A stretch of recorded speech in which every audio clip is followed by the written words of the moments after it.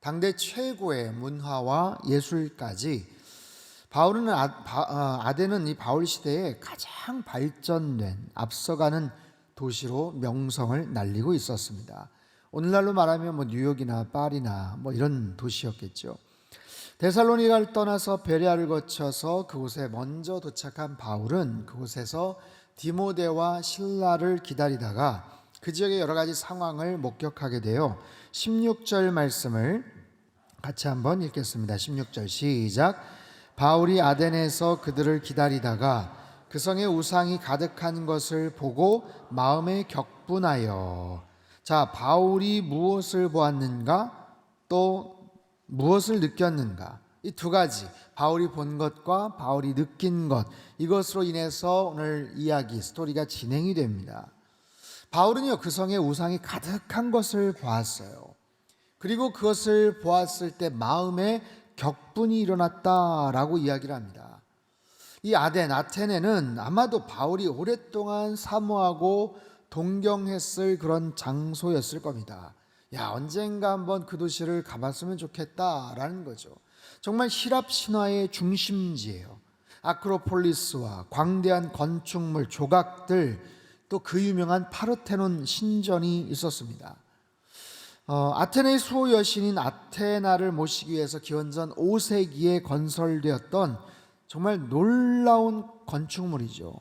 파르테논 신전, 세계 문화유산 1호 아니겠어요? 저도 오래전에 방문했던 경험이 있는데 그곳에 가서 딱 보면 이게 왜 세계문화유산 1호냐라고 의심이 생기진 않아요. 누가 그걸 감히 따질 수가 있겠는가 그런 생각까지도 들 정도로 엄청난 역사와 전통과 정말 그런 모습으로 인해서 수많은 사람들이 찬탄을 합니다. 사진을 찍고 눈이 휘둥그레져서 관광을 하죠. 그런데 똑같은 상황을 보았을 사도 바울은 격분을 합니다. 격분이라는 것은 분노하다, 성나게 되다. 이것을 좀 더 영적으로 보면 구약 성경에서 이스라엘 백성들이 출애굽기에서 왜 금송아지를 만들었을 때 하나님이 가지셨던 그런 분노, 바로 그런 분노를 의미하는 거예요. 바울이 보았던 것은 도시 곳곳에 우상 숭배로 가득 차 있는 모습들, 우상이 가득했다는 거예요. 수많은 신전들, 사당들, 제단들, 신상들, 그 도시의 수많은 수호신들, 헬라의 판테온 신들, 올림푸스의 모든 신들, 금과 은과 상아와 대리석으로 그냥 호화찬란하게 장식되어 있는 수많은 그런 우상의 여러 가지 조각품들, 이 모습을 보면서 사도 바울은 분통을 터뜨립니다. 분개합니다. 그리고 속상한 마음을 가지고 바울이 무엇을 하냐면 17절 18절 말씀 같이 한번 읽습니다. 시작. 회당에서는 유대인과 경건한 사람들과 또 장터에서는 날마다 만나는 사람들과 변론하니 어떤 에피쿠로스와 스토아 철학자들도 무슨 말을 하고자 하느냐 하고 어떤 사람은 이르되 이방 신들을 전하는 사람인가 보다 하니 이는 바울이 예수와 부활을 전하기 때문이라라. 바울은 그들과 변론을 합니다. 회당에서 또는 장터에서 만나는 사람들과 변론을 해요. 그런데 사람들이 무시를 합니다. 이 말쟁이가 무슨 말을 하느냐? 이 말쟁이, 문자적으로는 씨를 쪼아 먹거나 썩은 고기를 먹는 그런 새들, 그런 뜻을 갖고 있어요. 이 허풍쟁이가, 이 수다쟁이가 제멋대로 짓거리는 이 인간이 뭔 얘기라는 거야? 아주 격화된 시선으로 조롱을 하고 있죠. 누가 그러냐면 그들은 당대 철학자들이에요. 유명한 에피쿠로스 학파, 스토아 학파의 철학자들. 옛날에 도덕 시간에 아마 들어봤을 거예요. 우연과 도피와 쾌락을, 극도의 쾌락을 강조하거나 아니면 반대로 인간의 숙명론, 고통에 대한 복종을 주장하는 학파들. 어쨌든 당대 최고의 사상과 헬레니즘 철학에 능통했던 사람들. 그들은요, 헬라 철학의 영향으로 영적인 것은 고귀하고 육적인 것은 천하다, 그리고 소멸되는 불완전한 것으로 보고 있어요. 근데 바울이 전하는 예수의 부활, 몸의 부활, 사람이 다시 살아난다, 다시 살아났다, 뭔 소리냐? 육신은 죽어 마땅한데 뭔 소리야? 먼지에 불과한 천한 보잘것없는 기관인데 뭐 하려고 쓸데없이 다시 살아나? 그들의 논리에 맞지가 않는 거예요. 그래서 바울을 조롱했고 처음 듣는 신기한 것을 이야기하니 한 번 더 들어보자 하고 바울을 붙잡아 아레오바고로 갑니다. 19절에서 21절 말씀 같이 읽습니다. 시작. 그를 붙들어 아레오바고로 가며 말하기를 나는 이 새로운 가르침이 무엇인지 우리가 알 수 있겠느냐? 네가 어떤 이상한 것을 우리 귀에 들려주니 그 무슨 뜻인지 알고자 하노라 하니 모든 아덴 사람과 거기서 나그네 된 외국인들이 가장 새로운 것을 말하고 듣는 것 이외에는 달리 시간을 쓰지 않음이더라. 자, 아레오바고는 어떤 곳인가? 사진을 한번 띄워주세요. 이게 파르테논 신전이죠. 그 얼마 떨어지지 않은 바로 옆에 사진을 보여주시면 아레오바고 언덕이 있어요. 저 멀리에 파르테논 신전이 보이죠. 지금 그 앞에 보이는 그냥 뭐 오똑한 동산 같기도 하고 생각보다 그렇게 크지 않아요. 아크로폴리스 북서쪽에 있는 석회암 언덕인데 아레오바고, 이건 아레스의 언덕이란 뜻이에요. 아레스는 본래 마르스라는 로마의 군대 신에서 온 단어입니다. 여기에서 종교적인 제도와 의식을 펼쳐요. 그리고 중요한 의결 사항들을 서로 상의하고 거기서 토론을 합니다. 로마 시대, 히랍 시대, 아덴 사람들이 주요 토론과 논쟁의 장소로 활용하는 곳이에요. 여기서 재판도 합니다. 때로는 신랄하게 비판을 하고 자신의 입장을 과감하게 증명해 보여야 되는 바로 그런 장소예요. 그곳에서 바울은 말합니다. 22절 23절 같이 읽죠. 시작. 바울이 아레오바고 가운데 서서 말하되 아덴 사람들아 너희를 보니 범사에 종교심이 많도다. 내가 두루다니며 너희가 위하는 것들을 보다가 알지 못하는 신에게라고 새긴 단도 보았으니 그런즉 너희가 알지 못하고 위하는 그것을 내가 너희에게 알게 하리라. 아테네 아레오바고는 당대 최고의 도시예요. 최고의 세속 문화의 한가운데 있었어요. 그 중심에 서서 자신을 입증해야 되는 것입니다. 오늘 설교의 제목이에요. 아레오바고 한가운데 서서 그곳 중심에 지금 사도 바울이 서 있어요. 사람들이 몰려들었고 무슨 얘기를 하나 들어보자 귀를 쫑긋하고 있는 그 상황에서 바울 사도가 그 가운데 서서 뭔가를 말한다는 것은 대단한 용기가 필요합니다. 굉장한 확신이 필요합니다. 그들을 설득시킬 수 있는 논리적인 어떤 그런 분명한 자기만의 체험과 논리적 지식들이 있어야 돼요. 그곳에서 바울은 무엇을 말하는가? 너희들이 종교심이 참 많다. 대단히 종교적이라는 거예요. 종교적이라는 말은 미신적이다라는 뜻보다는 참 헌신되어 있구나. 종교에, 우상에 참 헌신되어 있구나. 근데 너희들이 알지 못하는 신들을 섬긴다. 범사에 종교성이 많은 그들인데 알지 못하는 신조차도 섬기는 너희들, 왜 그들은 그런 종교심이 그렇게 투철할까요? 진짜를 경험해 보지 못했기 때문에 그렇습니다. 진짜가 무엇인지를 몰라서 이것도 믿어보고 저것도 믿어보는 거예요. 그들은 당대 최고의 지식과 철학 사상에 대한 자부심이 있었지만 그리스 히랍 신화를 바탕으로 신화 속에 신들의 이야기에 물들어 있어요. 모든 만물 위에 신의 영이 깃들여 있었고 그 신들은 인간과 똑같은 마음, 욕심, 정열을 갖고 있다고 믿습니다. 여러분, 그리스 로마 신화들을 가만히 보면 신들이 똑같은 거예요. 인간과 똑같이 질투하고 사랑하고 아이를 낳고 싸우고 빼앗고 전쟁을 일으키고 그런 수많은 신들이 자연 만물에 많이 있다 보니까 그 신들의 비위를 맞춰야 돼요. 그러다 보니까 언제나 인간은 마음속에 불안함이 있는 거예요. 두려움이 있는 거예요. 더 센 신이 누군가? 혹시 내가 몰라서 못 섬기는 신은 어디 있는가? 그 신들의 요구에 걸맞는 바른 행동과 수행을 치러야 되는 거예요. 그래서 만약에 거기에 못 미치면 복을 받지 못한다는 생각들, 마치 명절에 차례상 차리면서 음식의 위치가 바뀌면 안 되는 것이고 혹시 뭔가를 하는데 부정타게 하는 일들이 생기면 벌을 받거나 애군이 낄 수 있다, 이런 미신적인 불안감들이 있는 거예요. 그러다 보니 이런저런 저런 신들을 섬기는데 알지 못하는 신, 야, 우리가 혹시 몰라서 못 섬기는 신이 있는 건 아니냐? 혹시 우리가 몰라서 못 섬기는 신이 노하지 않을까 싶어서 그런 불안감을 가지고 이상한 제단까지 만들었던 거예요. 바울은 그걸 본 겁니다. 그리고 그 사실 앞에 안타까워하고 분노합니다.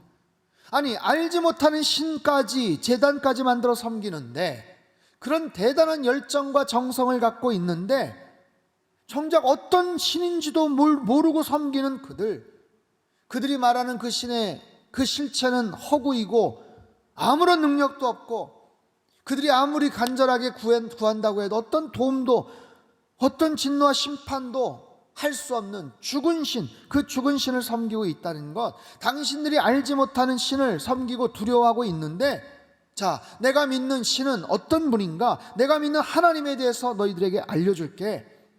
거기에서 담대하게 바울은 하나님에 대해서 설명을 합니다. 하나님이 어떤 분이신지, 바울 사도의 일생에 나타나셨던, 그리고 삶을 변화시켜 주셨던 그 하나님이 어떤 분이신지를 그들에게 담대하게 선포하는 거예요. 자, 하나님은 어떤 분이신가?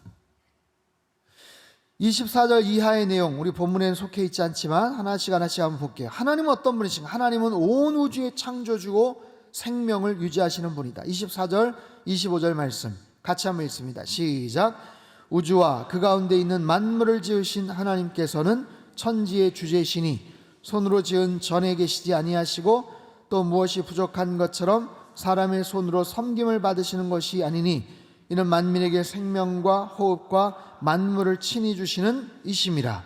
자, 하나님 우리에게 생명을 주시는 분이시다. 여러분, 우리가 어떻게 생명을 얻었어요? 어떻게 지금 살고 있습니까? 어떻게 호흡을 하고 있습니까? 우리가 이 땅에 왜 태어났고 왜 살아가고 있고 어떻게 생명과 호흡을, 건강을 유지하고 있는지를 우리는 정확히 알아야 되죠. 바울이 하나님, 우리가 믿고 고백하는 하나님, 온 세상을 창조하시고 우리에게 생명을 허락해 주시는 생명의 주권자 되시는 하나님이신 줄 믿습니다. 두 번째는 민족을 만드시고 땅과 연대와 거주의 경계를 정해주시는 분이에요. 26절 27절 말씀 시작. 인류의 모든 족속을 한 혈통으로 만드사 온 땅에 살게 하시고 그들의 연대를 정하시며 거주의 경계를 한정하셨으니 이는 사람으로 혹 하나님을 더듬어 찾아 발견하게 하려 하심이로되 그는 우리 각 사람에게서 멀리 계시지 아니하도다. 인류의 민족을 만드셨어요. 가족과 혈통을 허락해 주셨어요. 땅을 주어 살게 하셨어요. 살게 하시는 기회도 주셨지만 한계도 분명하게 명확하게 정해 주셨어요. 그분이 바로 우리가 믿는 하나님, 그런 능력이 있으신, 우리에게 삶의 기회를 주시는 하나님이시다라는 거예요.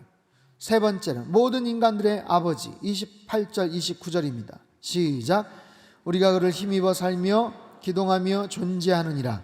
너희 시인 중 어떤 사람들의 말과 같이 우리가 그의 소생이라 하나 이와 같이 하나님의 소생이 되었은즉 하나님을 금이나 은이나 돌에다 사람의 기술과 고안으로 새긴 것들과 같이 여길 것이 아니니라. 하나님의 소생, 하나님의 자녀란 뜻이에요.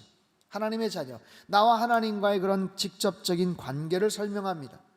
그것도 히랍 시인의 인용구를 통해서 너희 시인 중에 그런 말을 하지 않았느냐? 우리 모두는 하나님의 자녀다, 하나님의 소생이다. 하나님은 인격적인 분이시고 살아 역사하시는 분이시다. 너희들이 금과 은과 돌과 이것으로 만들어서 새긴 것들처럼 그렇게 신을 여기지 말아라 라는 거예요.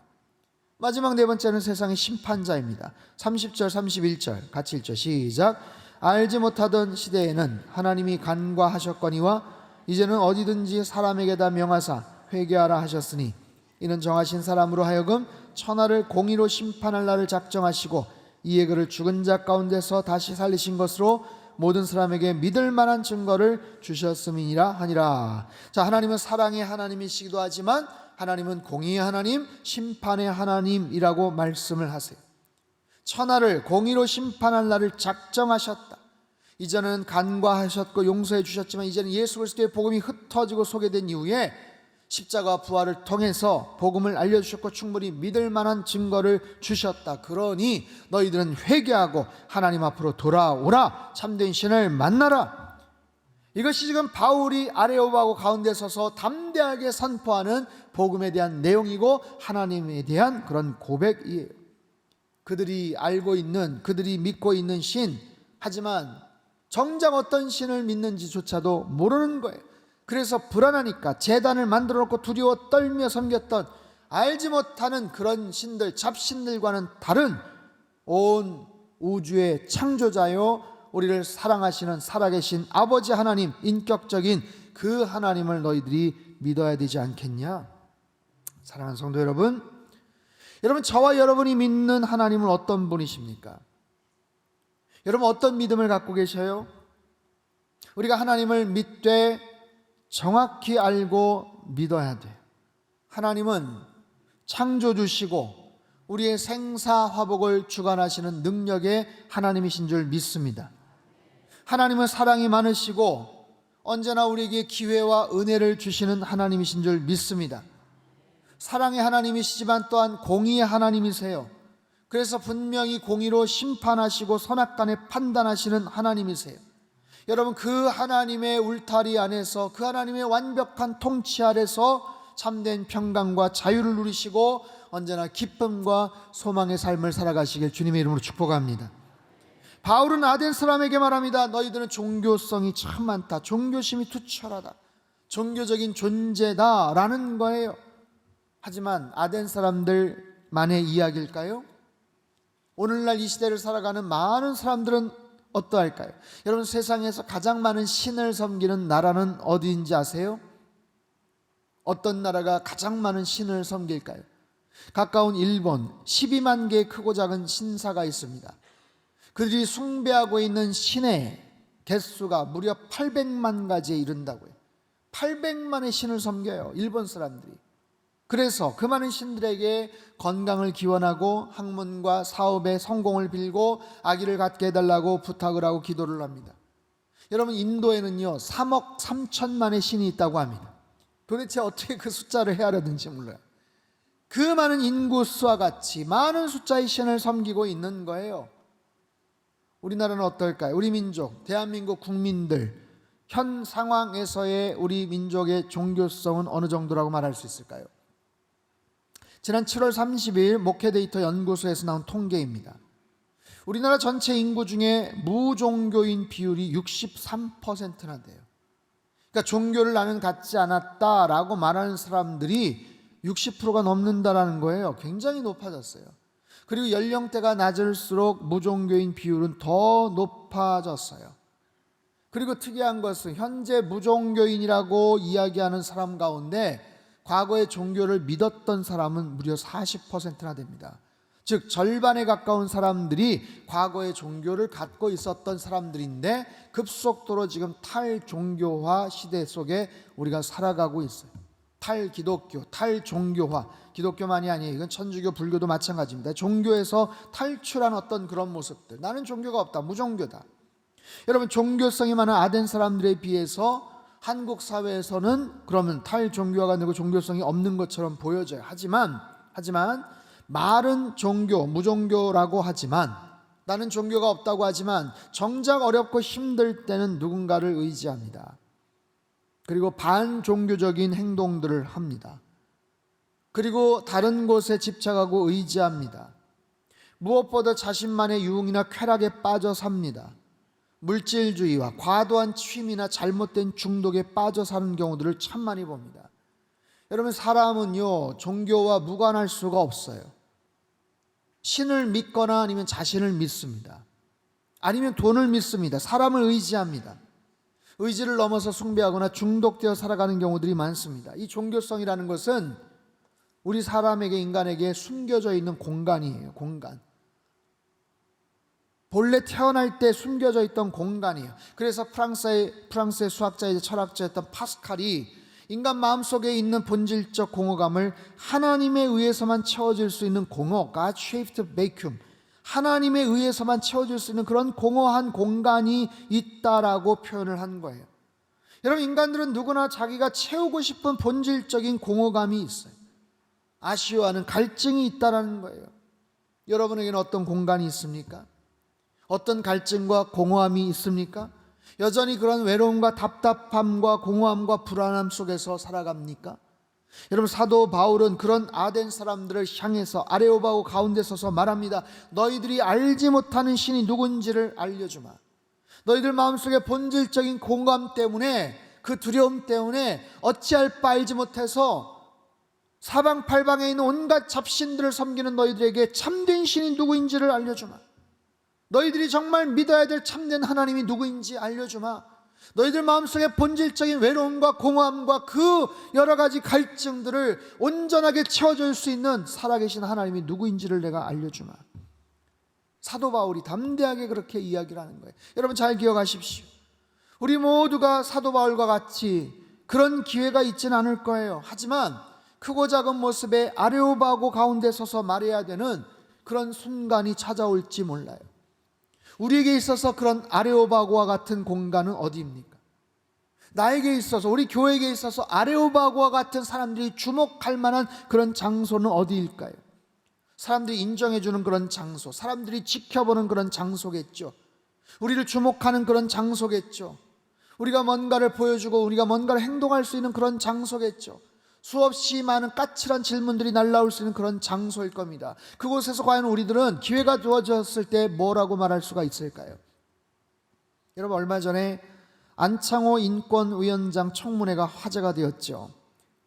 그분은 신실한 장로님이셔요. 까다로운 청문회 한복판에서 당당하게 말씀을 하셔요. 자신이 크리스찬임을 밝혔고 차별금지법의 부당함을 알렸고 창조신앙의 기독교 교육의 필요성을 말했습니다. 그분을 공격하던 의원들이 안타깝게도 오히려 신학교 출신, 목회자 자녀 출신의 의원이었어요. 아무리 당론 때문이고 여러 가지 인기 때문에 그랬다고는 하지만 기독교 신앙, 창조 신앙에 대한 그들의 견해에 대해서 안창호 위원장이 그 견해에 대해서 아주 무례하고 아주 오만하게 공격하는 그 모습이 많은 사람들에게 큰 거부감을 느끼게 됐어요. 기독교 단체에 사과라고 이야기를 했어요. 파주 지역 어느 자기 지역구에 가가지고 죄송하다고 잘못했다고 사과까지 했다고는 하는데, 여러분 그런 거예요. 안창호 인권위원장은 이 시대의 아레오바고 한복판 한가운데서 당당하게 말했습니다. 굉장히 어떻게 보면 떠듬거리는 것 같고 자신 없어 보이는 것 같지만 말에는 힘이 실렸어요. 서슬퍼르게 공격해오는 사람들과는 달리 같이 그렇게 흥분해서 싸우지 않으셨어요. 하지만 차분하게 당당하게 말하셨어요. 나 자신은 기독교인이고 인권위원장으로서 이 기독교 신앙을 가지면 안 되냐고, 진화론처럼 창조론도 가르쳐야 된다고 자신 있게 말씀을 하셨어요. 사랑하는 성도 여러분, 내가 믿는 하나님은 어떤 분입니까? 나는 어떤 믿음과 신앙을 갖고 있어요? 여러분 정말 하나님이 나의 창조주이심을 여러분 믿으십니까? 그분의 외아들을 통해서 내가 영원한 천국을 보장받고 하나님의 자녀가 되었음을 여러분 믿으십니까? 그 믿음 하에서 나의 인생과 나의 시간과 나의 물질과 나의 건강을 그 하나님이 지켜주고 계심을 여러분 인정하고 믿고 계십니까? 그 믿음 하에서 살아계신 하나님께 영과 진리로 경배하고 예배를 드려야 되는 거예요. 우리가 일상에서 고백하고 인정하는 그만큼 우리는 대답할 수가 있어요. 여러분 평상시에 내가 어떤 하나님을 믿고 살아가느냐, 그것이 어떤 상황에서 나를 누가 툭 찔를 때, 아니면 특별한 아레오바고 상황 가운데서 있을 때 내가 갖고 있는 그 믿음과 나의 신념을 담대하게 말할 수가 있겠죠. 사람들은 조롱 섞인 표정으로, 따끔한 시선으로, 비판적인 시선으로 우리를 향해 몰아붙이듯이 얘기할 거예요. 하지만 여러분 분명히 기억하시고 당당히 말씀하십시오. 내가 믿는 하나님이 어떤 하나님이신지, 나는 왜 지금까지 이 믿음을 가지고 살아가고 있는지, 내가 바로 그 이유로 인해서 지금 상담교회 출석하고 있고 예배를 드리고 있고 당신들에게도 이런 하나님이 필요하다는 사실을, 이런 예수님의 사랑이 필요하다는 사실을 여러분 담대하게 말씀하셔야 될 겁니다. 바로 아레오바고 한가운데 서서 당당하게, 하지만 사랑의 마음, 긍휼한 마음을 갖고 말할 수 있는 저와 여러분 되시기를 주님의 이름으로 축복합니다. 여러분 자녀들에게도 분명히 말해 주십시오. 엄마 아빠가 믿는 이 신앙의 핵심이 무엇인지, 그래서 너희들도 이 믿음을 가져야 되고 그 하나님 예수님이 너희들에게 어떤 분이신지, 그분을 통해서 나의 인생이 어떻게 변화가 되고 우리 가정이 어떻게 바뀌고 우리 일생에 어떤 큰 변화가 생길지를 자녀들에게도 분명히 말씀해 주십시오. 여러분 우리 모두 아레오바와 같은 곳에서 당당하게 내 자신을 드러내고 내가 믿는 기독교 신앙에 대한 확신을 갖고 말할 수 있는 그런 믿음의 사람들 되시기를 주님의 이름으로 축복합니다. 아레오바고에서 알지 못하는 신을 두렵고 불안한 마음으로 섬기는 내 주변의 수많은 사람들을 만나시면 그들을 향해서 긍휼한 마음을 가지고 사랑의 마음을 가지고 내가 믿는 하나님을 소개하고 전해 주실 수 있기를 바라요.